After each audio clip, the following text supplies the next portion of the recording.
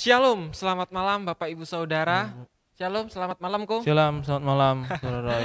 Ya, apa kabarnya Bapak Ibu Saudara yang ada di rumah? Pasti saya yakin Sehat, ya, ya. sudah menunggu-nunggu ya.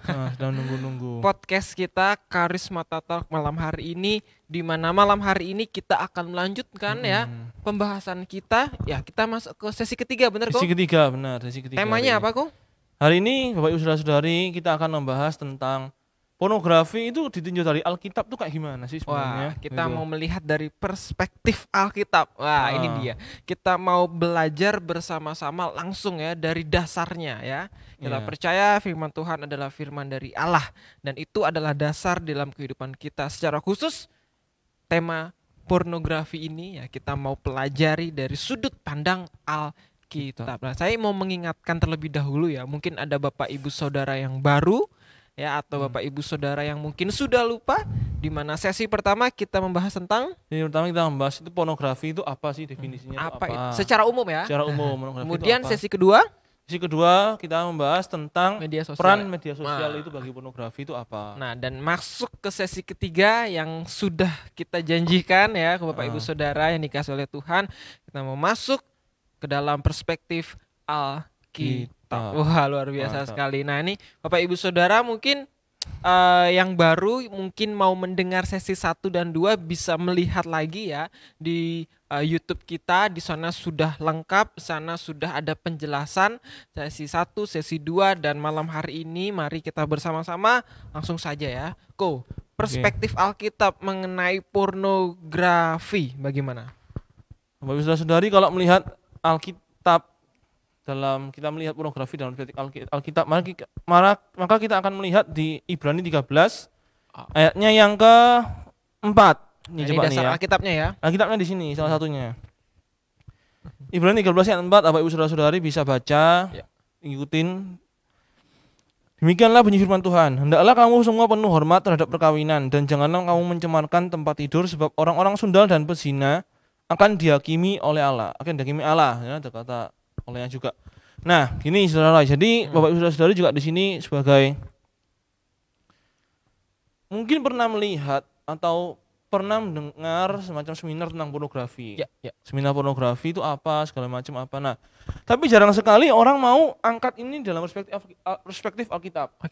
Biasanya pornografi itu diangkat dalam perspektif kesehatan, perspektif etika, sosial. Banyak pakar-pakar membicarakan hal itu. Tapi sebenarnya jauh lebih daripada itu. Kita harus membahas dari perspektif Alkitab. Nah, di sini nih, Bapak Ibu Saudara-saudari, kalau Bapak Ibu Saudara-saudari pernah atau mengikuti bahasa asli atau bahasa Yunaninya di Alkitab, di sini di ayat ini dikatakan ada kata amiantos. Amiantos dalam bahasa Yunani.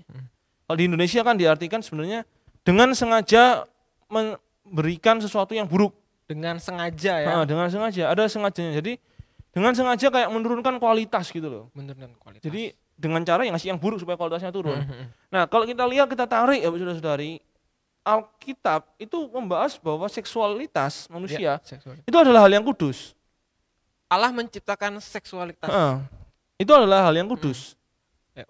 Bagi kehidupan manusia ya. Jadi kalau orang ngomong ngomong seksualitas jangan dianggap aneh, kan di Indonesia aneh ya. Kalau ngomong seksualitas kayak jangan tabu jangan. Enggak boleh. Kekristenan enggak boleh ngomong gitu loh. Kekristenan tuh boleh ngomong kayak gitu.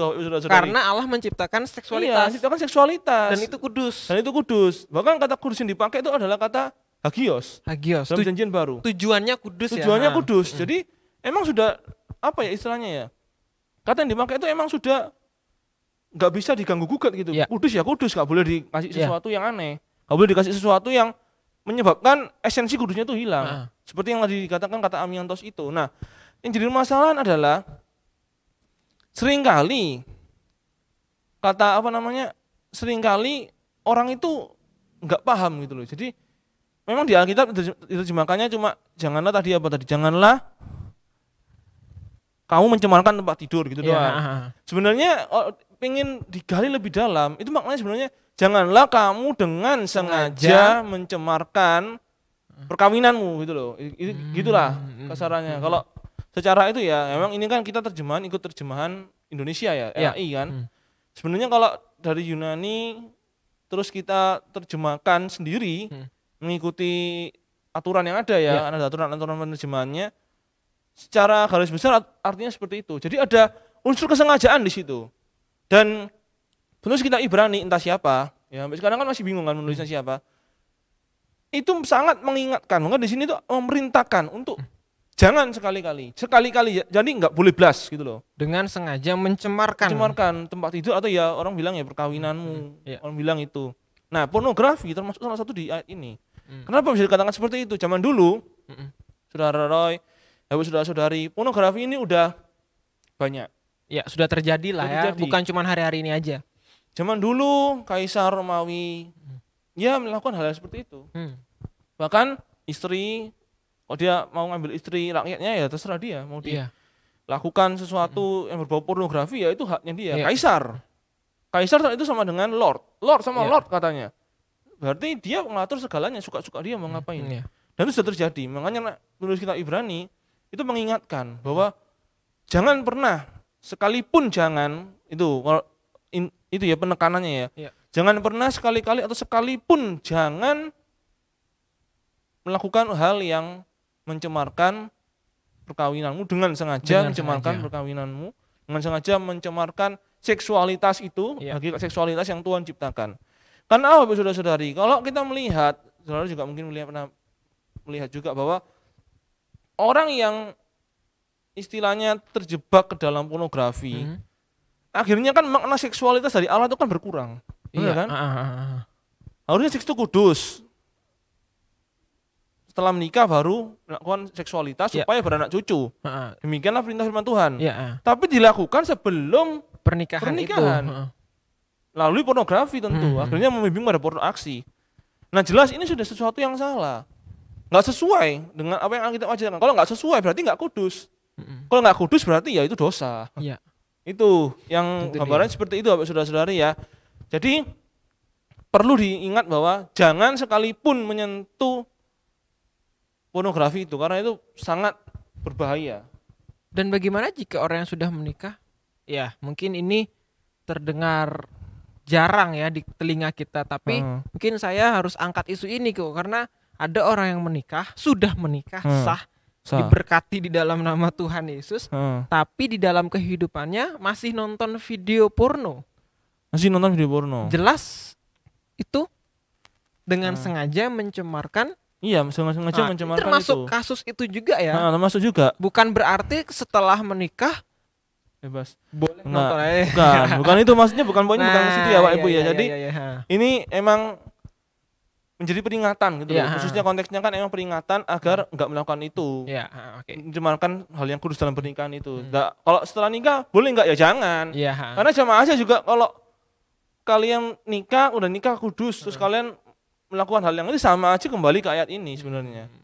Sebelum dan sesudah dan sampai selamanya. Jangan pernah. Karena kan ada orang yang mungkin berpikir, oh udah nikah bebas dong. Bebas enggak gitu ya. Tetap dasarnya tidak boleh dengan sengaja mencemarkan. Karena kalau mau dipikir dengan logika, mungkin sudah mungkin seorang suami istri sudah menikah nih, terus suaminya dengan sengaja nonton video porno, yang ditonton bukan istrinya, ya kan? Benar. Pasti orang lain, dan itu adalah salah satu bukti bahwa suami tersebut sudah mencemarkan pernikahan yang kudus itu. Yang kudus, benar. Mencemarkan janji pernikahan lebih tepatnya. Seksualitas yang Tuhan ciptakan kudus jadi dicemar. Nah itu tidak boleh. Oke, terus bagaimana kok? Terus yang kedua, kalau kita lihat sebenarnya pornografi itu dalam Alkitab ya di Matius dikatakan bahwa itu merupakan sesuatu yang menggelapkan mata dan hati orang percaya. Jadi bisa merusak mata dan hati. Bukan dalam artian kemudian matanya rusak gitu, enggak. Bukan itu ya Pak Saudara-saudara ya, tapi dalam artian gini. Ketika Matius itu mengatakan bahwa pornografi itu kata pornografi di sana tapi sesuatu yang enggak berasal dari Tuhan. Itu menggelapkan mata. Jika matamu gelap, bagaimana dengan hatimu? Karena kan gini, banyak orang bilang apa yang dilihat mata itu turunnya ke hati. Benar ya, apapun lah. Orang lihat barang keren, wah keren. Ada rasa keinginan untuk memiliki. Dari hati. Dari mata ngelihat barang, turun ke hati, ingin memiliki, akhirnya keluar uang buat beli. Itu logikanya gitu ya, itu hal-hal yang simpel. Habis saudara-saudari gak usah jauh-jauh deh, habis saudara-saudari lihat YouTube ada orang promosi makanan. Wah, pengen. Lihat mata pengen. Masuk ke dalam hati, pengen beli, datengin tempatnya beli. Sama dengan hal yang kayak gini. Orang lihat sesuatu yang berhubungan dengan pornografi. Masuk ke hatinya. Gelap, penonton katakan gelap. Itu gambaran aja sebenarnya emang mata hatinya udah tertutup dalam artian. Nonton hal yang berbau pornografi. Otomatis kepingin. Kan dari mata turun ke hati akhirnya pingin, dari hati timbul keinginan. Melakukan tindakan. Dan timbullah akhirnya porno aksi. Di situlah sebenarnya Bapak Saudara-saudari itu juga mengingatkan bahwa apapun yang tidak berasal dari firman Tuhan itu pasti gelap, berasal dari si gelap atau si jahat yaitu iblis. Kalau itu diizinkan masuk dalam hidup orang percaya, maka hidup orang percaya kan gelap juga. Dan itu nggak bisa ditoleransi, nggak bisa kita sedikit nggak apalah, nggak bisa seperti itu. Jadi itu menjadi larangan keras lah istilahnya. Dalam semua janjian baru tuh nggak bisa seperti itu. Bahkan di janjian lama dilemparin batu kali. Berarti gitu. Sederhananya nggak bisa nih, mungkin ada orang ya, wah aku rohani ya, aku kalaupun nonton video porno aku tetap kuat, nggak mungkin aku melakukan itu, nggak mungkin ya? Nggak mungkin. Ya. Nggak ada seperti itu. Jadi orang itu apa ya? Kan gini, ini perlu digarisbawahi. Mungkin saya teringat sebentar. Jadi ada orang pernah bilang gini, iman itu kan kuat. Berarti kalau iman itu kuat, dia bisa dong mengatasi cobaan-cobaan yang ada. Pernah nggak dengar kayak gitu ya? Iman kita itu kan ketika kita membangun hubungan dengan Tuhan, maka dengan Tuhan yang sangat intim, sangat erat dengan Tuhan, maka iman kita akan kuat. Gitu dikatakan firman Tuhan. Tapi nggak pernah firman Tuhan ngomong ketika iman kita kok kita bebas enaknya itu nggak pernah kita lihat. Iya kan? Benar ya? Masuk akal ya Bapak Saudara ya. Ketika kita punya iman kita kuat, Alkitab nggak pernah ngomong kita itu sembarangan loh. Udah bebas saja. Nggak pernah. Jadi kalau ada orang ngomong saya pasti kuat, itu nggak bisa. Karena firman Tuhan bilang hubungan pribadi dengan Tuhan, doa dan hubungan pribadi dengan Tuhan, membangun iman kita menjadi kuat, titik. Udah gitu doang. Nggak ada membangun iman kita menjadi kuat dan kemudian Anda bebaslah engkau kan segala sesuatu yang kau inginkan karena imanmu kuat, nggak ada seperti itu. Iya. Banyak sekali orang salah paham di situ. Orang merasa kuat. Contohnya nggak usah jauh-jauh deh. Misalkan, wah, saya bisa tahan nggak korupsi, aman, saya kuat, iman saya kuat, saya lihat uang nggak akan tergoda. Ya, tiba-tiba dia ngelakuin. Atau jangan jauh-jauh deh, boros deh. Aduh, bulan ini aku nggak mau keluarin duit banyak. Oh, tahu-tahu lebih budget malah. Nah, itu gitu-gitu. Benar-benar. Apalagi pornografi. Iya, apalagi pornografi ya, saudara-saudari. Nah, itu yang menjadi apa ya? Dua hal itulah menjadi dasar buat kita semua. Jadi jangan sampai kita menjadi orang percaya yang terlena. Istilah itu ya yang bagus ya dipakai ya. Terlena, terbuai dengan dengan yang ditawarkan oleh dunia ya. Salah satunya konteksnya ya pornografi sebenarnya banyak. Jadi kita pun dikatakan bahwa banyak tawaran dunia yang ditawarkan oleh si jahatnya, kenikmatan dan lain-lain. Tapi itu sisi lain, salah satunya adalah pornografi. Nah itu sangat bahaya, sangat istilahnya sangat harus dijauhi gitu lah. Penekanannya gitu. Jadi jangan sampai kita sebagai orang percaya terlena dengan tawaran-tawaran yang ditawarkan dan kita akhirnya terjerumus ke dalam itu. Kalau sudah terjerumus biasanya orang susah bangun. Iya benar juga sih, benar. Nah ini saudara-saudari yang menonton, ini perlu digarisbawahi ya. Ini kayaknya tadi kelupaan deh. Ini kita memandang dari sudut pandang Kristen. Kalau dari sudut pandang yang lain, sudut pandang non Alkitab, ya terserah. Karena ada industrinya juga soalnya. Iya. Ada industrinya, Bapak Ibu saudara-saudari. Jadi ini kita nggak bisa itu. Perusahaan yang memang dengan sengaja membuat memang sengaja supaya dapat duit. Iya benar. Ujung-ujungnya duit. Sini dapat duit, dapat saham dan lain-lain. Tapi jangan dicontoh. Ini kan membahas tentang dari sudut pandang Alkitab. Ya seperti itu. Nah, kalau di luar sana banyak dan itu jadikan industri.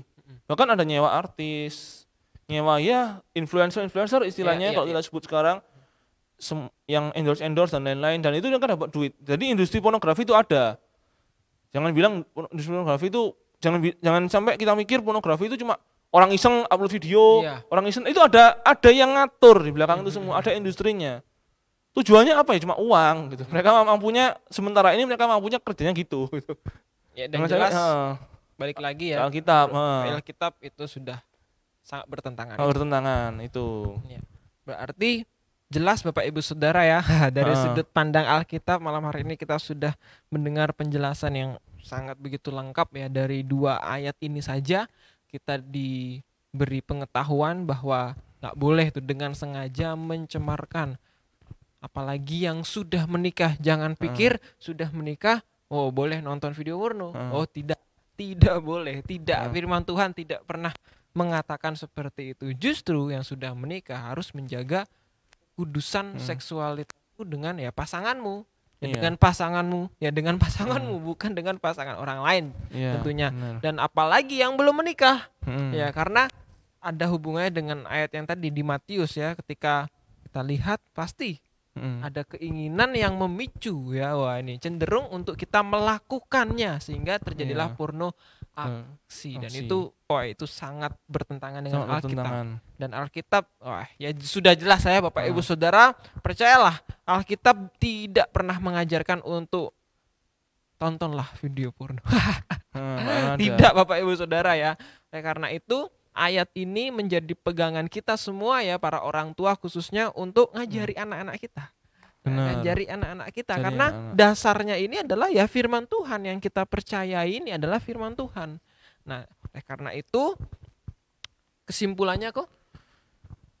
Jadi kesimpulannya adalah jangan pernah bermain dengan api. Pornografi itu adalah api ibaratnya. Kalau enggak, api itu akan membakar hidupmu. Dan kau akan hangus, udah selamanya. Selesai. Nggak akan itu, akan bisa balik lagi. Mungkin adalah kemungkinan balik. Mungkin balik ada. Tapi prosesnya mungkin lama. Karena yang kita bahas sebelum-sebelumnya ada kecanduannya itu. Iya, kecanduannya bikin itu sulit sekali untuk lepas. Benar. Ya, ada banyak kesaksian orang-orang yang dulunya kecanduan ya, dan mereka kalau Bapak Ibu Saudara bisa dengar di YouTube, wah mereka prosesnya tuh sangat sulit. Mesti ada yang ke konselor, juga ke psikolog ya, karena emang udah bener-bener kecanduan. Dan itu susah. Sehingga mungkin sedikit melebar, tapi ini kasus nyata. Akhirnya ada banyak kasus, mungkin Bapak Ibu sudah pernah dengar fetis. Oh iya, fetis. Benar. Jadi mereka ada fantasi yang sangat di luar nalar lah istilahnya. Iya, di luar Bagaimana mereka memuaskan seksualitas mereka. Nah, itu akarnya dari pornografi, menonton pornografi. Dan akhir-akhir ini ya saya bisa share ya di tempat ini supaya Bapak Ibu Saudara bisa wanti-wanti ya kok. Wanti-wanti benar. Baru saja ditangkap seorang perempuan di Bandara Kulon Progo, Yogyakarta, oleh karena menunjukkan dan membuat video ya, menunjukkan yang tidak perlu dipertunjukkan. Nah, dan itu salah satu penyakit Bapak Ibu Saudara. Iya, benar. Nah, jangan sampai ya kita, apalagi anak-anak kita yang di rumah ya, yang pergaulannya mungkin ya kita nggak bisa lihat, nggak bisa pantau 24 jam ya bagaimana pergaulan mereka. Nah, kita harus menjaga tentunya dengan firman Tuhan sehingga mereka diingatkan untuk mereka bisa paham lah ya bahwa seksualitas ya itu diciptakan Allah kudus adanya. Benar. Tujuannya baik untuk beranak cucu, jangan sampai dicemarkan dengan sengaja. Oke. Dan sesi terakhir, sesi keempat, minggu depan kita akan membahas apa kok? Kita akan membahas tentang, sekarang ini final sesinya adalah bagaimana mengatasi kecanduan pornografi itu sih sebenarnya. Bagaimana cara mengatasi kalau udah kecanduan tuh lepasnya gimana? Lepasnya dari pornografi itu gimana? Berarti jangan khawatir, ada caranya. Dan tetap kita berdasar pada firman Tuhan. Oke, terima kasih Bapak Ibu Saudara. Koko Felix bisa tutup dalam doa. Mari kita berdoa. Tuhan Yesus, terima kasih buat malam hari ini kami sudah sharing bagaimana pandangan Alkitab untuk firman-Mu mengenai pornografi. Tuhan menolong agar kami setiap orang percaya, untuk kami tetap menjaga hati kami, menjaga kekudusan kehidupan kami, sehingga nama Tuhan dipermuliakan dalam kehidupan kami. Terima kasih Tuhan, ampunkan kami untuk kami senantiasa berjalan seturut dengan kehendak-Mu Tuhan. Terima kasih Tuhan Yesus, demi nama Yesus kami akhiri sesi podcast pada malam hari ini. Haleluya, amin. Terima kasih Ko Felix. Terima kasih. Selamat malam, Tuhan Yesus memberkati.